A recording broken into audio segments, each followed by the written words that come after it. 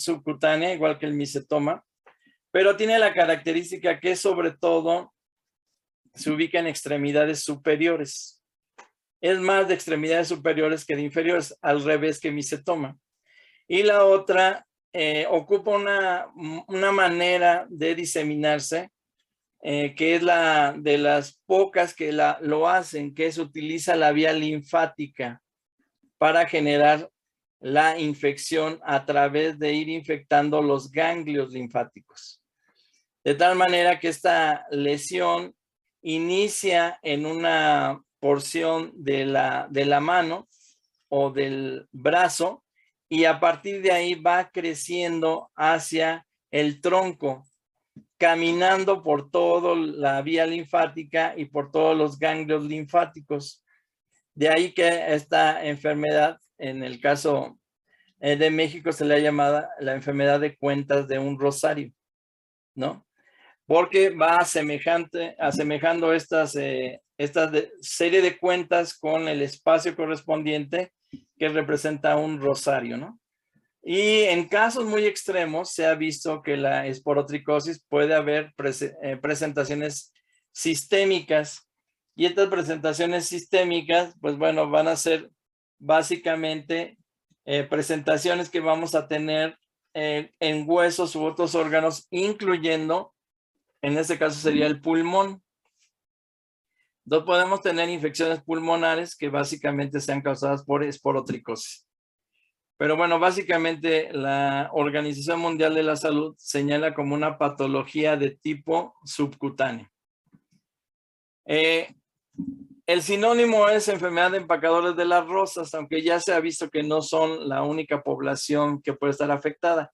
Cualquier persona que maneje diferentes tipos de materiales que generen traumatismo mediante el cual penetra el hongo, están involucrados en esta patología. Y esos materiales pueden ser madera, cristal, cerámica, metales, ¿sí? Entonces ahí pueden estar involucrados los mecánicos, los topógrafos, etcétera, etcétera, ¿no? El agente etiológico básicamente es Sporotrich schenckii. Este Sporotrich schenckii, la parte telomórfica aún sigue siendo desconocida, aunque algunos lo centran en una variación que se llama el género Ophiostoma, que no es una forma telomórfica muy común para las infecciones en humanos. Pero bueno, básicamente aún sigue siendo desconocida la parte sexual del hongo, y la que sí es muy conocida es la parte asexual, que es Sporotrich schenckii. En algunos libros ya nos señalan una nueva variedad de acuerdo a las nuevas taxonomías moleculares, que es Sporotrix posadaci, que también tiene características similares a Sporotrich schenckii, pero el que está más caracterizado es esta especie. La distribución que tiene con mayor frecuencia es en climas templados. De ahí que se consideran a estos cultivadores de la rosa, porque básicamente las rosas se cultivan en climas templados, pero la rosa no es el único agente vector de la enfermedad, sino es cualquier flor o planta que tenga espinas, que perfore la piel y que en la espina lleve la presencia de las esporas. Entonces, bueno, básicamente hay estados donde se ha caracterizado la presencia de esta enfermedad, que es Jalisco, Nayarit, Guanajuato, Hidalgo, Puebla, Tlaxcala. Nos faltaría Estado de México y Ciudad de México, quitándolo de DF. No hay un predominio de sexo. Se puede presentar en cualquier edad, desde 5 a 35 años. No hay predominio de raza. Y la ocupación, como les decía, es cualquier persona que maneje cualquier producto que pueda generar traumatismo, ¿no? Entonces ahí tenemos ebanistas, madereros, empacadores de flores, trabajadores del vidrio, de la loza, jardineros y vendedores de flores. Y aquí a lo mejor la pregunta es, bueno, ¿y por qué esta enfermedad no la encontramos muy frecuentemente en las amas de casa, que tienen sus jardines y que tienen flores con espinas? Porque generalmente las amas de casa utilizan una protección contra las espinas y se utilizan guantes, ¿no? y un jardinero nunca utiliza guantes para nada. Entonces tiene las manos, digamos, descubiertas y pueden ser estas perforadas. Y la otra es las veces que están expuestos a una perforación, un jardinero, un ebanista es continua. En cambio, una persona que no simplemente, pero bueno, que tiene su jardín, no lo hace todo el día, todos los días, ¿no? Aquí lo que están viendo es un trabajo que hizo el dermatológico Pascua, de ir ubicando 220 casos, y lo que nos relacionan es el número de casos que hubo por estado, donde se vio que básicamente en la zona centro del país era donde se encontraba la mayor cantidad de casos de esporotricosis. Un antígeno que se ha utilizado para tratar de identificar la presencia, no la infección, sino la presencia y el posible contacto de Sporotrix por parte del ser humano, es utilizar la prueba de intradermorreacción, que algunos de ustedes la han de conocer como la DTH. Es la prueba de hipersensibilidad tardía. Esta de DTH o hipersensibilidad tardía tipo 4, lo único que nos dice es que en algún momento de la vida del paciente tuvo contacto con este hongo y generó una respuesta celular. Entonces, la intradermorreacción es poner antígeno intradérmico, o sea, entre las capas de la piel, no subcutáneo, intradérmico, y valorar la reacción de enduramiento, o sea, que se ponga dura la lesión, y esta lesión debe ser evaluada después de las 48 horas, de preferencia a las 72 horas. Si ustedes valoran una reacción de intradermorreacción a las 24 horas, lo que están evaluando es un proceso de inflamación.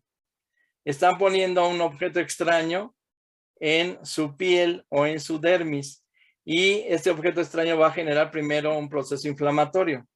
Pero lo que queremos valorar es la induración que genera la presencia de células de memoria en esa zona. Y esta solamente se puede evaluar después de 48 o preferentemente 72 horas. Bueno, se hizo un mapa de la reacción al antígeno de que en este caso se considera o se denomina la esporotricina M, ya que la esporotricina M viene de la fase micelial, y ahí lo que se hizo fue inocular intradérmicamente a una serie de pacientes que se fueron localizando de cada estado para ver por dónde había presencia de Sporotrix, y lo que les está enseñando el mapa es que, bueno, básicamente lo tenemos distribuido en toda la República. O sea, hay vectores positivos en toda la República, aunque recuerden, eso no quiere decir que estén infectados. Entonces, ¿cuál es el mecanismo de infección de Sporotrix? Son exógenos. Se adquiere, está en el medio ambiente, está en la tierra, es un saprobio característico que está parasitando básicamente detritus vegetales. Y lo importante es que las espinas o objetos que puncen o atraviesen la piel, pues deben estar contaminados con la presencia de las esporas del hongo. Y estas esporas deben ser capaces de desarrollar la enfermedad. De ahí que la mayoría de las presentaciones de esporotricosis se quedan simplemente en una lesión cutánea. Si el sistema inmunológico del paciente está activo, es normal, no permite la invasión de Sporotrix. Si estamos hablando de individuos inmunosuprimidos, estos individuos no van a detener la infección de Sporotrix, y Sporotrix se va a ir vía linfática y se va a ir depositando y creciendo en los diferentes ganglios.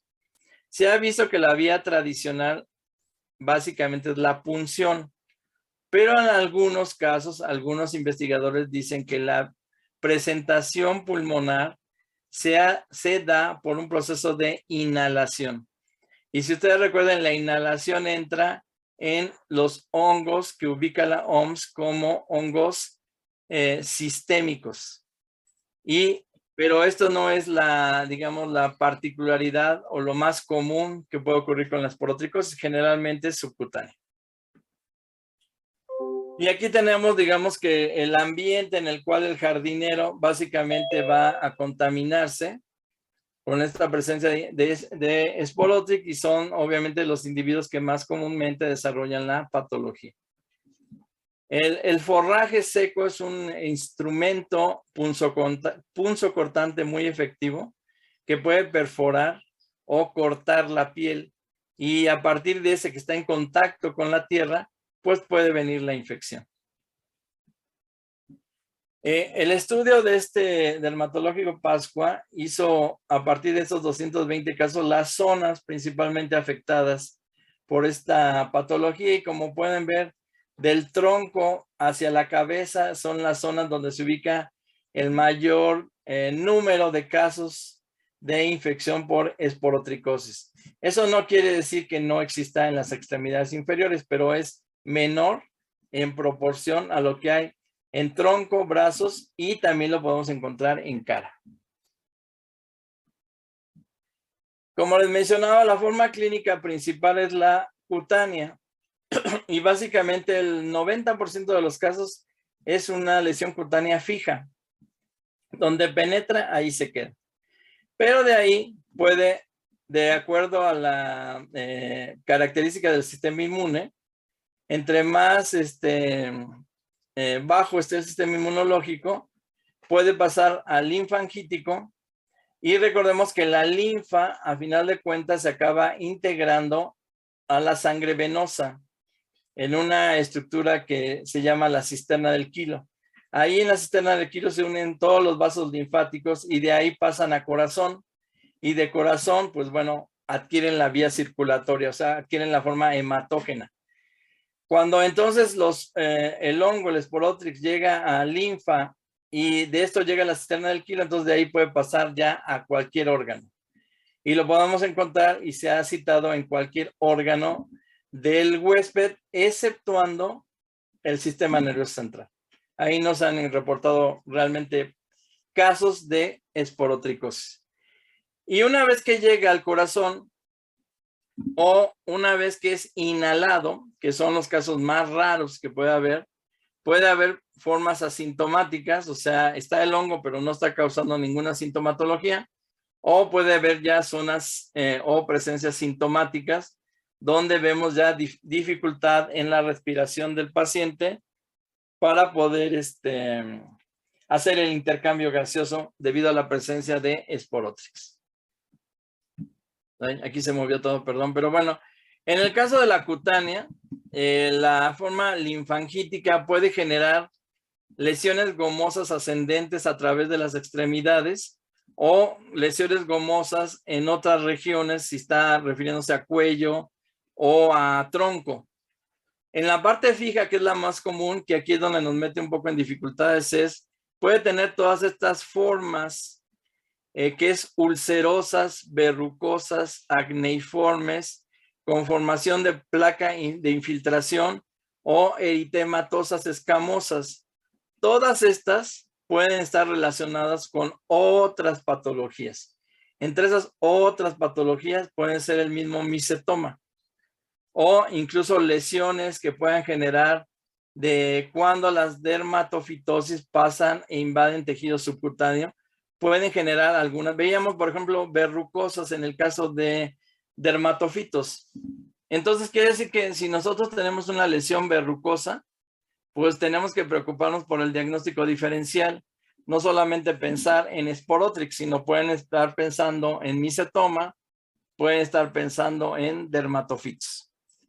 Y en el caso de que llegase a llegar hasta la vía hematógena, aquí sí tendríamos un posible crecimiento en ganglios internos, y a eso es lo que se le llama lesiones gomosas diseminadas, que pueden ser en ganglios mesentéricos, básicamente todo lo que es la parte del aparato gastrointestinal, e incluso esta distribución hematógena puede ser que tengamos ubicadas lesiones en piel. Hay dos maneras de tener lesiones en piel. Una es la más común. el daño directo a la piel a través de un traumatismo que genera la lesión fija con las diferentes formas que estamos mencionando aquí. Y la otra es tener la lesión en piel, pero de forma indirecta. Esto quiere decir que no hay ningún traumatismo en la piel, pero la lesión entró vía respiratoria y de forma hematógena llegó a la piel, a los ganglios de la piel, y vemos el desarrollo de las lesiones gomosas en la piel. Esta última parte es la menos común y es la más rara que puede haber. Bueno, vean la lesión. Esta es una esporotricosis fija. ¿A quién les recuerda? Les recuerda a lesiones de micetoma. Se parecen mucho a las lesiones del micetoma. Quizá en este caso no es tan amplia la fistulización. En muchos de los casos, algunos dicen que, bueno, en el caso de micetoma se forman nódulos, o sea, lo que llamamos nosotros abscesos. Y son abscesos que tienen fistulización, que es salida al exterior del exudado que producen. La mayoría de los casos de esporotricosis se ven lesiones planas, pero lesiones que producen exudación, que podrían ser el inicio de un micetoma. Por eso es que tenemos que hacer el diagnóstico diferencial. Aquí tenemos un acercamiento precisamente de la lesión y vemos toda la exudación, cómo se va depositando, pero no avanza más allá de la zona donde ocurrió el traumatismo. Aquí tenemos otro tipo de esporotricosis fija donde ya vemos un proceso de cicatrización, se está formando la costra de cicatrización. Y básicamente es otra presentación donde incluso se ha visto que hay algunas infecciones fijas de esporotricosis que son de resolución sola, o sea, solita se cura la lesión. No se tiene que hacer nada extra para que se sane. Es cuando el individuo realmente tiene un sistema inmunológico en óptimas condiciones. Pero cuando este sistema inmunológico empieza a no tener una actividad idónea, entonces empieza a caminar Sporotrix a través de la linfa y empieza a crecer en los ganglios linfáticos. Esto es lo que produce las lesiones gomosas. Se le llaman así gomosas porque si ustedes con el pulgar presionan el ganglio permanece hundido algunos segundos y después vuelve a tomar su forma normal. O sea, vuelve a tomar la forma esférica. Y básicamente estas lesiones las podemos encontrar a todo lo largo del brazo y caminan hacia el tórax, porque hacia allá es donde camina la linfa. Aquí tenemos la lesión en la mano y cómo va caminando. Y veamos, aquí está el ganglio. Estas son las lesiones linfangíticas que se le llama de cuentas de un rosario o lesiones de un collar de perla, ¿no? Son las clásicas lesiones de cuentas de un rosario donde van siguiendo la cadena linfática. Claro que esas lesiones en un momento dado podrían fistulizarse y aquí nos meten en cuestiones de diagnóstico diferencial con micetoma. Y todavía nos falta otra que vamos a ver en la próxima clase, que se llama la cromoblastomicosis.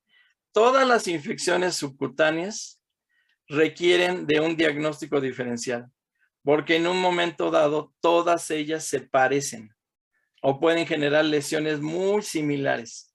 Entonces debemos tener mucho cuidado con el diagnóstico diferencial. Aquí tenemos la clásica lesión verrugosa en un jardinero.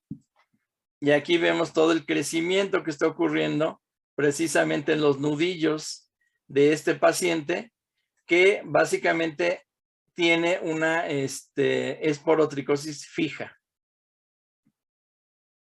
Y aquí es el mismo paciente, pero vean, tiene una en lo que sería en el dedo. Esta se le considera como lesión satelital porque la principal es la que está en los nudillos.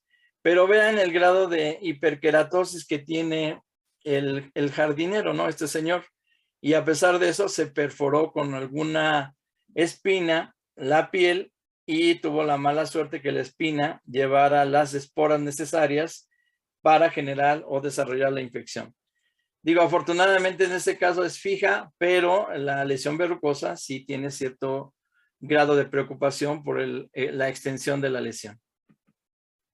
Puede haber cutáneas deformantes.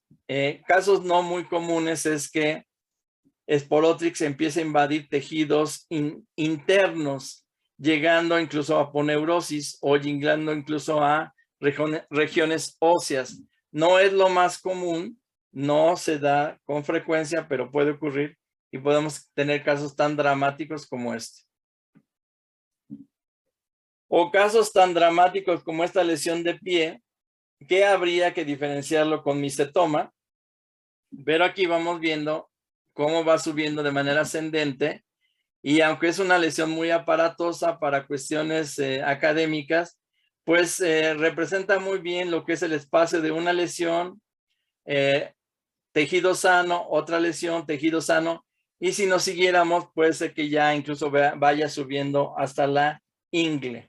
¿Sí? Aquí hay una multizonas de inoculación, seguramente se rasgó toda la pierna, todo el pie con algo que le provocó la infección con Sporotrix y este se fue desarrollando de manera realmente impresionante.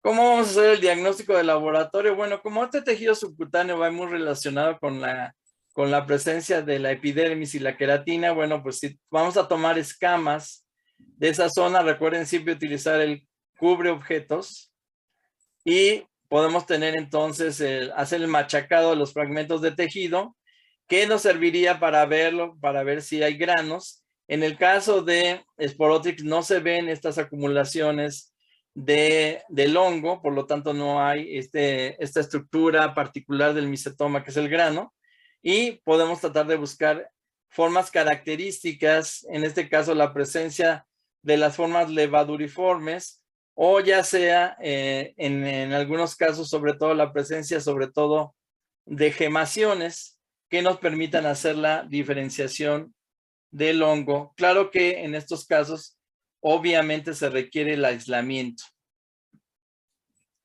¿Qué es lo que podemos hacer? Bueno, podemos hacer cultivos, podemos hacer biopsias, si es que se amerita un diagnóstico diferencial con algún tipo de patología tumoral. Podemos hacer serologías y en este caso la serología, aquí ya vemos una enfermedad donde se hace una gran cantidad de pruebas serológicas. Estas mismas pruebas serológicas se han desarrollado para todos los hongos. Después de Sporotrix, todos los hongos del tipo sistémico y oportunista en alguna forma han desarrollado o han utilizado alguna de estas pruebas serológicas, que es la intradermorreacción, que la denominamos la DTH, la hipersensibilidad tardía, o la inmunoelectroforesis. En este caso, la inmunoelectroforesis es favorecer la unión de antígeno-anticuerpo con un campo eléctrico. Y en el caso de inmunoelectroforesis, pues hay diferentes técnicas, ¿no? Una de las que se utilizó mucho en micología, pero que ya no se ha utilizado es la contrainmunoelectroforesis, que es poner diferentes pozos en donde migras el antígeno y migras el anticuerpo. Y donde se encuentran antígeno y anticuerpo se precipitan y ahí se quedan, ya no migran más. Y así se puede hacer y se utilizaba porque se podían correr muchos sueros al mismo tiempo.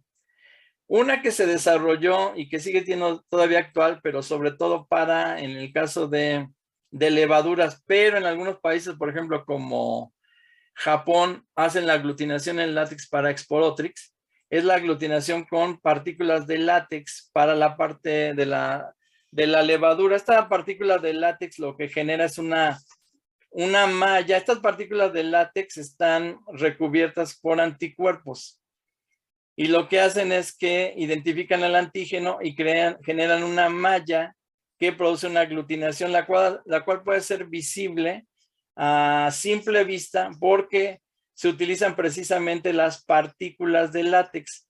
Las partículas de látex que se emplean generalmente para hacer este tipo de reacciones ¿sí? Miden entre 60 y 80 micras, son partículas muy grandes. Son más grandes que muchas células, ¿no? De tal manera que visualmente yo puedo ver la aglutinación. No requiero utilizar ningún tipo de microscopio. Y la otra, que es la fijación del complemento, que mucha la gente no la hace porque para hacer fijación de complemento necesitas tener de fijo un animalito que son los cuyos o cuyes.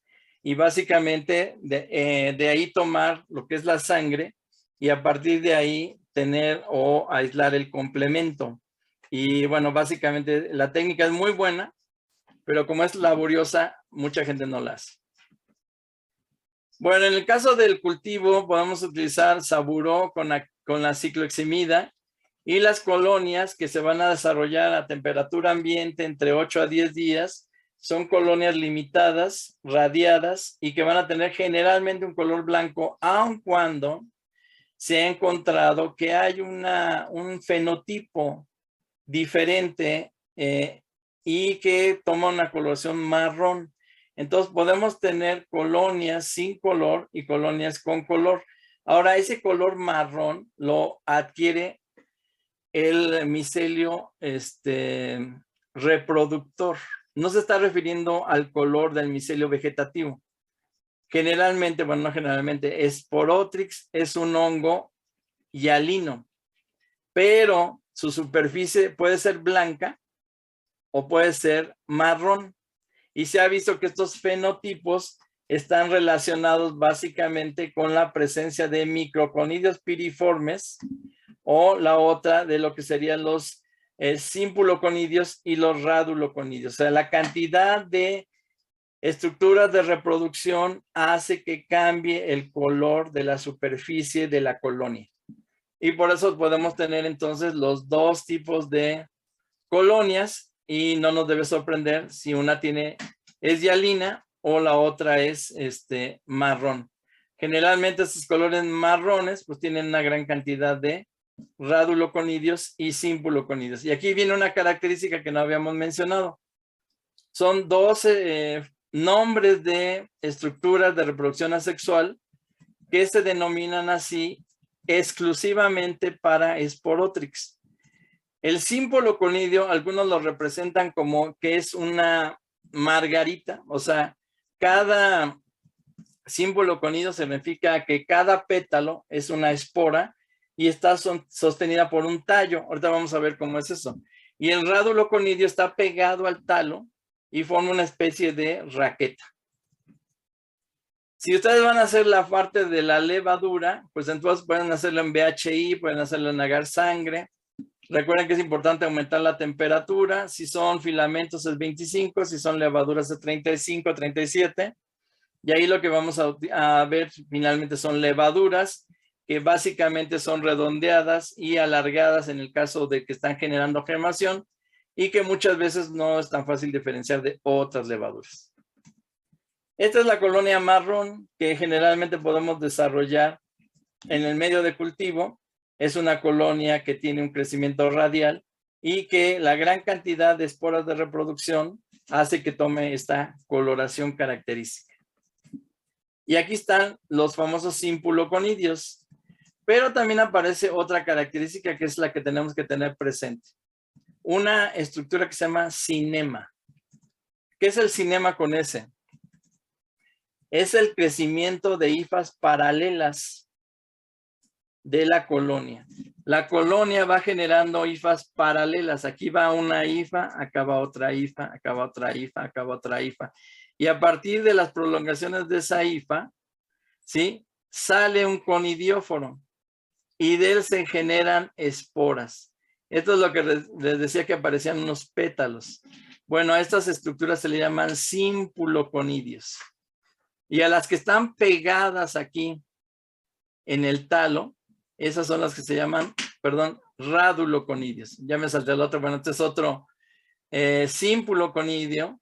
Y todo lo que está aquí pegado al talo, eso se llaman raduloconidios. Son 3 estructuras, una del micelio, que es el cinema, y la otra son estructuras de reproducción como el simpuloconidio, y el otro es el raduloconidio, que solamente los vamos a observar en el caso de Sporotrix schenki. Y son varias imágenes, vean, puede haber, con el simple hecho que sean dos hifas, ya este es un cinema. Puede haber dos o puede haber tres, ¿no? Es una característica muy particular de crecer de este hongo y esta prolongación del conidióforo, y estos son los simpuloconidios y aquí están los raduloconidios. Bueno, en la intradermoreacción les comentaba que se pueden utilizar dos tipos de antígeno. El más común es el que se llama esporotricina M, aun cuando se ha utilizado la esporotricina levaduriforme o esporotricina L, que es la de levadura, pero bueno, la más famosa es la esporotricina M. Y aquí es muy importante, las reacciones de intradermoreacción tienen el problema de que un resultado positivo no indica que haya infección, solo indica que hay un contacto previo del huésped con el microorganismo. Por lo tanto, lo único que nos sirven es como guía para ubicar la presencia del hongo en determinados lugares geográficos. En el caso de la intradermoreacción de los hongos, no es tan sencilla la interpretación como en el caso de del Mycobacterium, porque en el caso de Mycobacterium se utilizan dos cepas de Mycobacterium, ¿no? Una no relacionada, que es Avium, y otra inactivada, que es el BCG. Y en este caso se valora el grado de induración en relación de una con la otra. Eso no hay en el caso de hongos. Solo se pone una sola, que es el antígeno inactivado o aislado del hongo. Y a partir de esto, bueno, van a encontrar ustedes que pues hubo una temporada hace muchos años, en los 70s, 80s, donde a todo mundo se le ocurrió hacer intradermoreacción. Y entonces hay diferentes antígenos para intradermoreacción. Antígenos que en la actualidad ya nadie usa, que no sea la esporotricina. Ese es el único antígeno que aún todavía investigadores de Facultad de Medicina siguen utilizando para dar seguimiento a zonas geográficas y ver la presencia de esporotricosis. Pero bueno, básicamente si yo quiero identificar presencia de la infección, tengo que identificar presencia de anticuerpos. Y por eso voy a hacer serología, voy a buscar anticuerpos. Y para eso pueden montar cualquiera de estas. La DID, que es la doble inmunodifusión, ¿sí? Que es la clásica donde yo pongo un pozo central, el antígeno, y pongo alrededor de ese pozo central una serie de pozos con suero y veo que se formen las líneas de precipitación. Tengo la contrainmunoelectroforesis, que era la que les mencionaba, que es buscar la unión de antígeno-anticuerpo a partir de un campo eléctrico. Puedo hacer la inmunofluorescencia indirecta o puedo hacer la fijación del complemento. Cualquiera de estas alguien la hizo alguna vez y quizá alguien todavía la sigue usando. Pero a todas estas le tengo que sumar las pruebas de biología molecular. Y en el caso de esporotricosis, el RFLP es la técnica de biología molecular más empleada para la caracterización de variantes de Sporotrix schenki, ya que se ha visto en el mundo que en diferentes continentes hay el mismo género de especie, pero hay variantes que causan diferentes grados de patología. Y eso es lo que se ha estado estudiando últimamente para clasificar el efecto de ciertas infecciones de Sporotrix que no solamente se quedan en lo que sería el daño fijo en la piel. Y aquí tenemos la reacción de esporotricina. Si se fijan ahí, nada más dice 72 horas. Recuerden, las reacciones de hipersensibilidad tardía se valoran principalmente a las 72 horas. Y se valora el tamaño de lo que se llama la induración, o sea, de la dureza de la presencia de células de memoria, y se hace con un vernier. El vernier es el que ayuda a medir la induración y esa es la que se va entonces registrando. Se pueden utilizar obviamente cuestiones histopatológicas y en este caso, a pesar de que no encontramos aglomeraciones en liberadas en los exudados, se ha visto que cuando se hace histopatología se encuentran ciertas aglomeraciones de Sporotrix y estas se le haya denominado cuerpos asteroides. Eso solamente los vemos en histopatología. No los veo en un estudio citológico normal. O sea, no lo veo en una tinción de Gram, no lo veo en una utilización con Parker, no lo veo en una utilización con Giemsa. Y lo que tengo que utilizar básicamente es alguna tinción. Puedo utilizar HE, puedo utilizar PAS, la del ácido periódico de Schiff, o básicamente, si quiero ser muy específico, pues tengo que utilizar la argéntica. Y en este caso, la argéntica es la de Gomori metamina plata, la GMS. Aquí les pongo Gridley, Gomori y Grocott porque fueron un grupo de investigadores que se pusieron a trabajar con tinciones argénticas. Básicamente, al final, la técnica actual que se utiliza es la de Gomori. Pero bueno, encontrar en algunos libros la técnica de Gridley, Gomori, Grocott, después fue Gomori, Grocott y ahora nada más es Gomori. Y básicamente es la GMS. El problema de la GMS es que muy pocos laboratorios de histopatología hacen GMS. Entonces tienen que localizar quién las hace para en el caso de requerirlas, pues solicitárselos a ellos. Y aquí tenemos básicamente esta imagen de lo que se llaman los asteroides, que no es más que una aglomeración de la forma filamentosa de Sporotrix y la reacción de control de tejido inmune. Esta es una tinción de HE y lo que trata es de controlar la invasividad del hongo a partir de una reacción inmunológica. ¿Cuál es el tratamiento? Ahí es donde tenemos un poco el problema. La esporotricosis se considera una de las enfermedades de difícil tratamiento debido a la localización que tiene en el tejido subcutáneo. Básicamente, durante muchísimo tiempo el tratamiento ha sido yoduro de potasio vía oral, que esta vía oral se dan de 1 a 2 gramos diarios de yoduro de potasio. El problema es que la continua administración de yoduro de potasio provoca primero la presencia de un color amarillento en todas las mucosas y la segunda produce un desbalance en la microbiota. Entonces muchas de estas gentes acaban teniendo problemas gastrointestinales, lo cual hace que dejen el tratamiento, ¿no? Se ha visto que curiosamente, a pesar de ser un hongo, tiene efecto la utilización del Bactrim, así como vimos en el caso del micetoma, pero bueno, en el micetoma acuérdense que estaba dirigido contra nocardia, que sí es una bacteria, ¿no? Acá en Sporotrix, curiosamente, se ha tenido cierto avance con Bactrim y se han aplicado algunos tipos de terapias con anfotericina y últimamente con caspofungina. Pero bueno, básicamente el tratamiento que se ha permanecido durante mucho tiempo es el yoduro de potasio con sus correspondientes adversidades, que son los daños gastrointestinales que puede ocasionar. Y el problema es que estos tratamientos pues siempre son mayores de 30 días, ¿no? Todo depende del grado de avance de la patología. Muy bien. Bueno, pues estas son las patologías que vamos a ver hoy. Fabiola, si quieres dejar de grabar. No sé si haya algún comentario, observación que deseen hacer. Estamos casi terminando las subcutáneas. Nos falta nada más una, que es la cromoblastomicosis. Y vemos de entrada también blastomicosis, aunque blastomicosis digamos que se asocia con subcutánea y sistémica. Para después pasar a todas las sistémicas, que esas sí son, no son muchas, pero sí es más amplio lo que se sabe al respecto de las mismas. Pero bueno, no sé si hay algún otro comentario. Si no, bueno, entonces nos veríamos el próximo jueves para terminar subcutáneas y empezar sistémicas.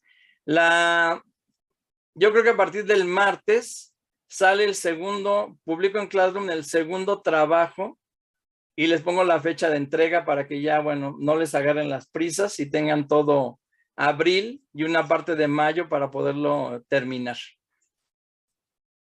Si no hay más, bueno, pues Cuídense mucho y nos estamos viendo la próxima semana. Muchas gracias, profesor. Gracias, profesor. Gracias, profesor. Gracias, que estén muy bien. Hasta luego. Gracias igualmente.